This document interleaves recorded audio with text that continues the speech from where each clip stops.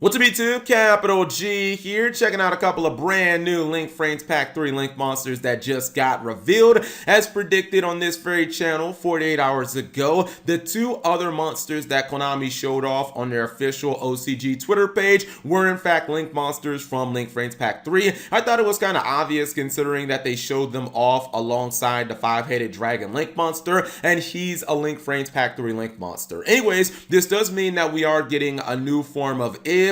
And if you have not been counting, this is, I believe, her fourth form, because she already had two Link forms and she had a Synchro, and I'm sure somewhere shouting off in the distance, she's like, Cap, this isn't even my final form, bro. I got an Xena fusion coming soon. And then obviously we're getting a Rose Dragon Link monster as well. But let's go ahead and start with the Ib. This is World Keymaster Lib, so they just added an L onto her name. She is a light attribute cyber type monster.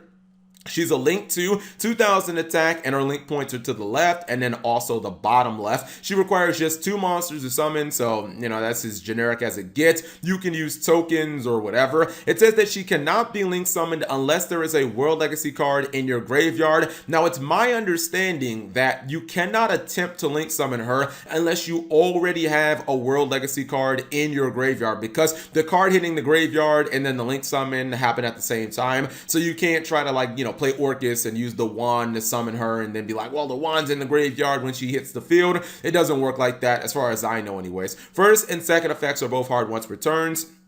Her first effect says during your main phase, you can set one World Legacy spell / trap directly from your deck to your field, but you cannot activate that card during this turn unless you have a World Legacy monster in your graveyard. The second effect says if this Link summon card is sent to the graveyard as a Link material, you can shuffle one card on the field into the deck. That second effect is incredibly strong, and it feels like some really nice icing on the cake. I mean, let's just say that you're going to use her for Link material for, I don't know, like an Avramax, or you're going into some World Chalice plays. Being able to just shuffle one of your opponent's cards back into their deck, especially as non-targeting removal, is absolutely amazing. People have pointed out that if you use her for like a Link summon of Nightmare Unicorn, you can shuffle back two of your opponent's cards and even potentially draw a card depending on if the, you know, Nightmare Unicorn is like Link summoned, well, if it's co-linked when it's Link summoned. So that second effect seems incredibly strong. Definitely good for like going second and just Link climbing in general. The first effect reminds me very much of Galatea, and I guess it's because, you know, like they're all her Link forms are revolving around kind of like the same girl. But yeah, basically it's the same effect as Galatea. It just lets you get a World Legacy card from your deck and just put it straight onto the field. Now the card can't be activated unless you have a World Legacy monster in the graveyard. Historically, I think the only ones that people really play are like the wand. People play the beacon, and also they play like the crown. A lot of people will play that in like the Crusadia deck, but I know the beacon is really good and very powerful in like World Chalice. So there's not that many World Legacy monsters people play, but even if you can't activate the card that turn, you do realize that World Legacy does have an Infernity Barrier. And I know a lot of people will think of like Orchestrated Climax, which, yeah, that card is strong, but there's still World Legacy Sorrow, and that card is still just an Infernity Barrier. It just requires that you have a co-linked monster on the field, and you do get to negate your opponent's spell, trap, or monster effect. And you know, that's obviously very powerful, very similar to something like you know, what you generally do with like Galatea. And I also think that if you're playing this in Mech Knight, where this card can be very strong, because keep in mind World Legacy's memory is basically E-teleport for the Mech Knight archetype, and that can get you a monster on field, and it can also get you your World Legacy card in your graveyard. If you're playing Mech Knight, you can pull out the World Legacy Secret, and that's basically a Call of the Haunted for a Mech Knight monster, or really any high-level monster. Plus, it can potentially have some negation, depending on where your opponent is activating their cards, like which column they're using it in. So I really do think that this card is very strong for what it does. I don't think that she'll be nearly as splashable as something like her Synchro form, which is just, that card is bonkers, but this is a very powerful card. I think that if you're playing a deck like World Chalice, you just got a significant boost. If you're playing a Mech Knight deck, I think it's definitely worth it to run one copy of her. After all, you're going second anyways. That shuffle effect is obviously better going second, and you're playing a bunch of World Legacy cards in the Mech Knight strategy anyway. So overall, this is a very solid card in my opinion. Next up is the new Rose Dragon Link monster. This is Cross Rose Dragon.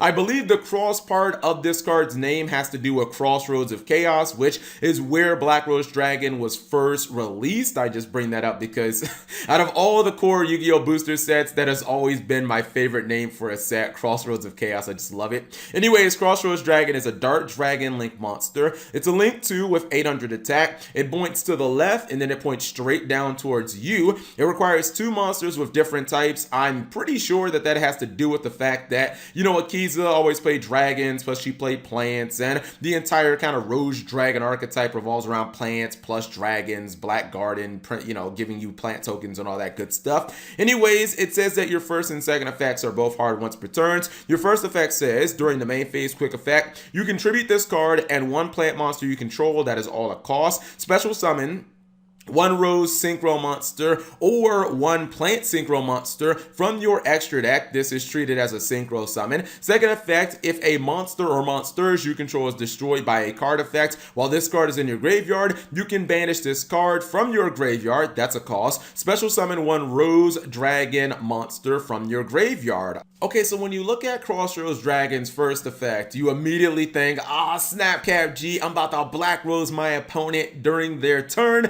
And obviously that can be a very powerful effect, or hell, you can even just, you know, summon your Crossroads Dragon and then go straight into a Black Rose Dragon right then and there and never actually have to use, like, you know, tuners or add up levels or any of that nonsense. You could just drop Black Rose and bring the hammer. But don't forget that there are other Rose Synchro options. Now, the Plant Synchro side of this card, I'm just gonna like kind of disregard that, but I think your main targets for this card are going to be Black Rose Dragon, your Moonlight Dragon, and then obviously like your Garden Rose Maiden, which she is a Plant Synchro, so I guess she does kind of redeem that aspect of her. But she is a card that you should not ignore, because if you use the effect and you go into Garden Rose Maiden, not only do you get to search a Black Garden immediately, but then you could like link her away and then you could use her Monster Reborn effect to bring back the Crossroads Dragon from your graveyard that you just link summoned earlier, and you could continue link climbing into, like, you know, whatever else that you wanted to do. I think the second effect of Crossroads Dragon will probably end up being like one of those nifty effects that your opponent tends to forget over the span of a duel. Maybe you already summoned Crossroads Dragon, use its effect to synchro away or something like that.